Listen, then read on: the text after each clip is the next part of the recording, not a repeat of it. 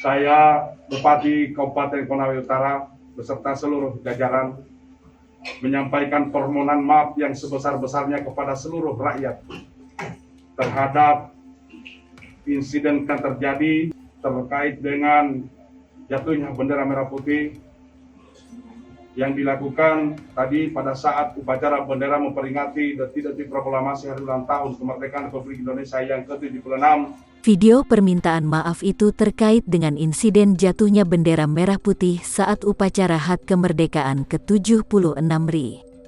Saya Bupati Kabupaten Konawe Utara beserta seluruh jajaran memohon maaf sebesar-besarnya pada rakyat terhadap insiden yang terjadi terkait dengan jatuhnya bendera merah putih yang dilakukan tadi pada saat upacara bendera memperingati detik-detik proklamasi HUT kemerdekaan ke-76 RI di Kabupaten Konawe Utara, kata Ruksamin lewat video yang diterima Kompas TV.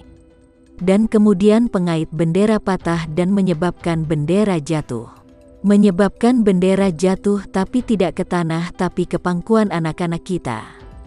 Oleh karena itu atas kejadian ini saya minta maaf dan meminta Bapak Kapolres melakukan kegiatan tadi agar tidak terjadi polemik di antara kita, lanjut Ruksamin.